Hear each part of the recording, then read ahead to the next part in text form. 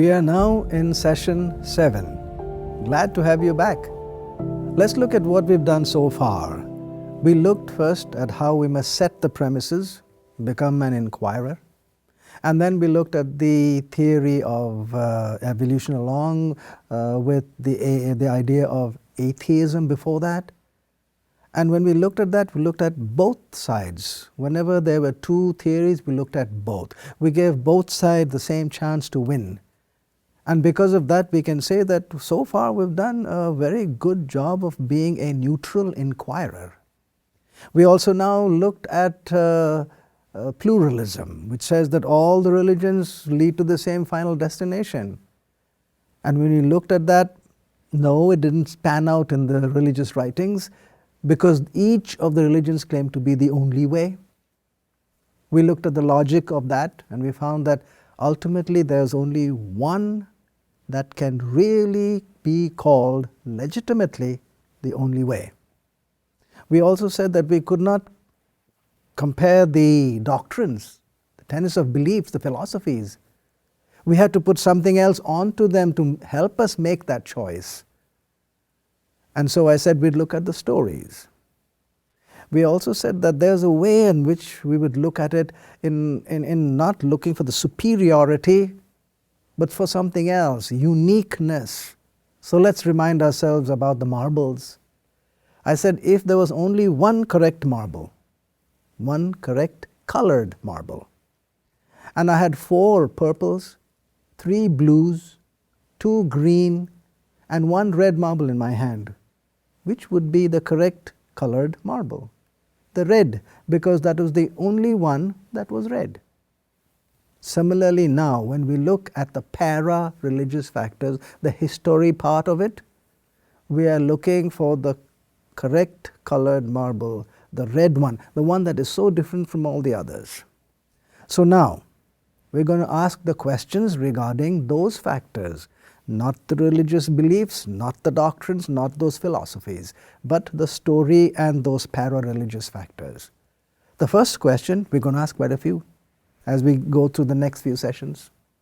The first question is, what kind of a writing is that scripture?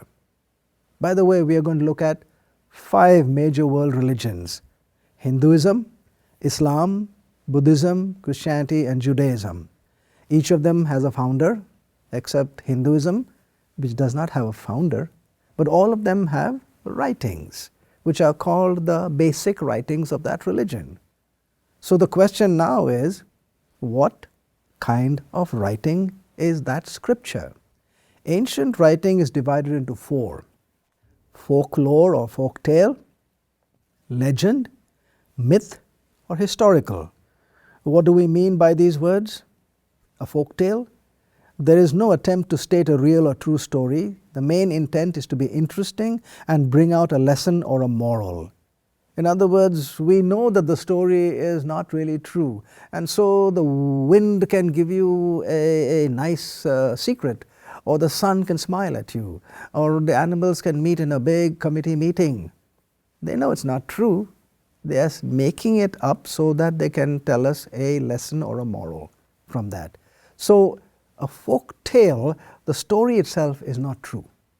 When it comes to a legend, it is probably based on a real true story. But here's what makes it a legend. Changes come in little by little until what is ordinary becomes extraordinary. What is human becomes superhuman. And these changes begin usually generations after the event, when there is no longer any witnesses to challenge the change. So the time period for making a legend is centuries. It's not right away. A legend is not made in the same generation as the event. Here's an example of how long it takes. This medallion, referring to something that was carved out about Gautama Buddha way back then. This medallion dates back certainly to the 2nd century BC. If we put the Buddha's nirvana or his death during the 5th century BC, then the artist who carved the medallion must have lived at a time when the memory of the Blessed One was still very fresh in the minds of the people. Can you see the span? 300 years and the memory is still fresh. In other words, you can't make too much of a change. And that is why we say legends are made generations after the event, and the time period is usually centuries. A myth is so far back in history that is generally accepted as somebody's imagination. The story is probably not true, the characters are probably fictitious, and they usually involve the supernatural world of gods and goddesses. And here the time frame is many centuries and even millennia. How about historical? Here the attempt is to state the story as it really was. No significant additions, no core changes, and we specifically use the word core because all ancient writings have changes. The question is, are they peripheral changes or are they changes that really shift the story out from its original form? And one more criterion, the closer to the event, the writing, the better it is, the more credible it is. In fact, of all of these four, folktale, legend, myth, historical, the historical is the best credited piece of ancient literature. Now look at those letters on the screen. EV means the event. Whenever there's an unusual event, the people make it into a story, because that's the only way they can pass it from the generation to the next and from that generation to the next. So when it's being passed, it is called the oral tradition. So from the event we get the oral tradition. Then after a few generations, some of them say we might forget some of the details, and so they agree to write it down. Somebody writes it down and then it becomes a written tradition, WT. So event to oral tradition to written tradition. Now we do not have any of the original manuscripts. All we have are copies. So now we want to ask, which is the earliest manuscript we have? Which is the earliest copy we have? That's called the EM. And you also notice a dash between those letters. The dash refers to the gaps. If the gaps are really wide, then the credibility of that piece of literature goes down. If the gaps are very close, then the credibility goes up. So let's look at now the writings themselves of these 5 great world religions to see how they fare when compared to the descriptions of these 4 types which we said. Hinduism, the Rig Veda is the earliest, and then the anthology, which is the Upanishads, and then the epic, big story, Ramayana, followed by the Mahabharata, in which is found the Bhagavad Gita, which everybody quotes and says that's the core of the Hindu thought. So the Bhagavad Gita is basically the baby of the traditional Hindu writings. Look at the statement regarding the Bhagavad Gita. Lord Krishna first spoke Bhagavad Gita to the sun god some hundreds of millions of years ago. There's no way anybody can check that out. The fact is, the story says it was lost to the human race and came back again at the Battle of Kurukshetra at the beginning of the present era, the Hindu era, 3102 BC. But that also is 5,000 years ago. It is difficult to get back to check on the story, and that is why most scholars agree that the Hindu stories, these big ones like the Ramayana and the Mahabharata, are actually mythological in their core quality. And that's why the ultimate encyclopedia of mythology says Krishna, according to Hindu mythology, is an avatar or an incarnate of Vishnu, the preserver of the human universe. So the Hindu writings, basically mythological, not wrong. We not discredit them, but we do state they are mythological. How about Buddhism? Here are 4 statements. The humanity of the Buddha is expressed by a Theravada monk. A Theravada monk is one who lived at the time of Gautama Buddha. And he said this, was he not born at Lumbini? Did he not complete existence at Kusinara? In other words, he was born here and he died here, just like anybody else. Sentence or statement 2, soon after the passing of the master, a change began to set in. How about the third sentence? At the beginning of the Christian era, 400 to 500 years have now gone by. The transcendental nature, the superhuman nature of the Buddha became more and more pronounced, little by little, more and more. And statement 4, in one of the most important pieces of Mahayana literature, there is not much of the man left in the Buddha. Mahayana Buddhism came onto the scene about 700 to 1,000 years later. He is now, in this Mahayana literature, an exalted being who has lived for countless ages in the past and will continue to live forever. So it was written in the earliest writings that he was just an ordinary person who was born here and he died here. 700 to 1,000 years later, oh no, he was not born, he always lived. And he didn't die, he always will live. This change tells us that the story of Gautama Buddha basically is a legendary. How about Judaism? 39 books in the Old Testament, 20 authors. These are the books that the scholars take, and from there it was pulled out the Talmud, Torah, the Talmud, the main writings of the Judaic literature. I could not classify all of them into a single one, so I left it unclassified. How about Islam? The Quran was put together by 652 CE, Common Era, same as AD, within 20 years of Muhammad's life. And the writing was confined to one generation. But Muhammad did not write it. He was supposed to be not so conversant with writing and reading. And he is the only one who is inspired in the Islamic tradition. Therefore, uninspired individuals wrote it out. Yeah, they may have got it from him, but they wrote it out. It was compiled twice. And after the second compilation of the Quran, it was done in the caliphate of Uthman. Uthman, now the leader, ordered all the manuscripts destroyed. So really difficult to go back now to check and see if the Quran really were the words of Muhammad. Because the only connection, or one of the big connections, is manuscripts, and the manuscripts are destroyed. But still, what we are dealing is with time period, and since it was early written compared to the event, historical. How about Christianity? The earliest manuscript is about 114 to 134 AD. The original manuscripts were within 20 to 50 years the life of Jesus, confined to one generation, and we do not find core changes. But do you know what the earliest Christian writing is? It is not in the Bible.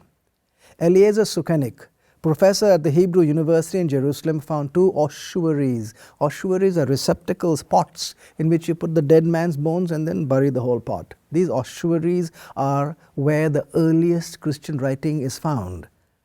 They are dated about AD 41, within 10 years of the life of Jesus. One of the ossuary reads, Jesus God. And another ossuary says, Jesus ascended one. Take note, think.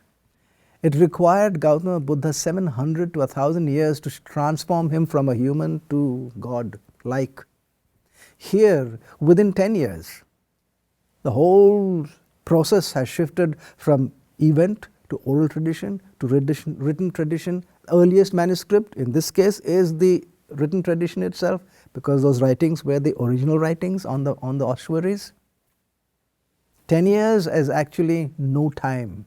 And all the while as God, nobody shifted him from being human to a God during that time. This is the only writing that has no gap. So we can already say emphatically there's no longer any solid basis for dating any book of the New Testament after AD 80. And that is Sir William Albright, one of the greatest American archaeologists. The next statement is by Nelson Gluck. He is a Jewish archaeologist. And he said, it may be stated categorically that no archaeological discovery has ever controverted a biblical reference. You have got to say, wow, not a single. Give credit where credit is due. How about one of the greatest archaeologists of all time, the British archaeologist Sir William Ramsay? He was doing his work in the same time period of the New Testament, or about 100 AD, the 1st century. In his digs, he came across a situation he was not really able to explain. He looked here and there for an explanation, finally found it in Luke's writing of the New Testament. He again went through his digs and came across another perplexing situation, and Luke helped him out. It went on and on for 30 years, and after 30 years, this is what Sir William Ramsay said about Luke. Luke's history is unsurpassed in respect of its trustworthiness. This author should be placed along with the very greatest of historians, not religious historians, very greatest of all the historians that have assembled themselves on planet Earth. This is what Norman Geisler said. In all, Luke names 32 countries, 54 cities, and 9 islands without a single error. Unusual. So obviously the New Testament appears to be historical. So I then compared with that with other books, writings that everyone acknowledges as historical from about the same time period. These Roman historians, for example, Caesar's Gallic Wars, Herodotus' history, and Tacitus' annals. Now I want you to look at 3 factors here. Number 1, time gap. Number 2, the number of manuscripts that back the writing. And number 3, the proximity of the authors, or where were the authors who then wrote out the story regarding what happened, the event. So first, the gaps. Caesar's Gallic War was written in 100 BC, about then. The earliest manuscript is 900 AD, a gap of 1,000 years. Herodotus' history, a gap of 1,300 years. Tacitus' annals, a gap of 1,000 years. In other words, no historian or any other person can vouch that anything was changed, added, deleted, or modified for 1,000 years. And yet they call it historical. So the gap is 1,000 years. Here in the New Testament, the gap is basically just 20 to 50 years. And if you look at the ossuary, the gap is less than 10 years. So if 1,000 years of a gap is historical, we should have no problem with 10 years. In fact, there is no gap at all. High up in its credibility. How about the number of manuscripts? Why do we look at the number of manuscripts? Because if there are just 2 or 3, say one in your house in this town, and I live in the same town, and one of the manuscripts in my house, and one is in the grocery store, and one in that library, then one night a few of us who don't like what is in, say, the 3rd or 4th paragraph in that page, we don't like it, they want to change it, we go to all the manuscripts and we change it, and in the morning nobody knows it is changed, but it has been corrupted. Because all of them have been changed the same way. There's no way to decide whether it was corrupted or not. Whereas if we had, say, 50 manuscripts, one here and one there, and one this country and one that state and one in another town, you cannot go to all of them in a short period of time and make the change. While you are making the change, people will know that the change is being made, and then they'll go back to research on that, and we realize it's been corrupted. But we also know the original that has not been corrupted. In other words, if it is a small number, it's possible that it's corrupted. Whereas if it's a large number, then the charge of corruption goes down. Because if they all say the same thing, it is hard to imagine anybody going and doing the same thing in all the writings. So the number of manuscripts. Caesar's Gallic War is backed by 10 manuscripts worldwide. Herodotus' history by 8 manuscripts worldwide. Tacitus' annals by 20 manuscripts worldwide. The top of Greek literature is Homer's Iliad. Homer's Iliad is backed by 643 manuscripts. Now you can almost say, wow, because these numbers are so small, 8 and 20, and that Homer's Iliad is 643. Now suppose I tell you that the New Testament is backed by 686 manuscripts. Would you give credit where credit is due? I hope you would. But really, what is the number? Do you know the New Testament is backed by 5,686 manuscripts, and they are just the Greek manuscripts. If you add the Armenian and the Arabic and the Egyptian, which is the Coptic, and all the rest of them put together, do you know how many manuscripts back the New Testament? 24,900. Look at the number. Look at 10 and 20 and look at 24,900. So in that factor too, the New Testament really is amazing, impressive. How about where the authors were? Where were these authors? Were they close by or were they distant? Distant maybe in geographical location, maybe in the next continent. Well, then the credibility goes down a bit. Maybe separated by a few generations, again the credibility will go down. Whereas if they were close by, the credibility rises. Now, if you look at all the historical writings of that day, there is hardly any writing in which the author was very, very close to the event. But look at these statements of the authors of the New Testament. Peter, who is an author, he says, "We did not follow fables, but were eyewitnesses." They were right there. Same as John. In the next statement, John says that from that hour, that disciple, meaning himself, John, took her, meaning Mary, to his own home. So John is writing about himself. How about Luke? He says, when we sailed over the sea, when we came to Myra, he's right there. So are these authors far away or close by? They're not just close by. They are part of the story.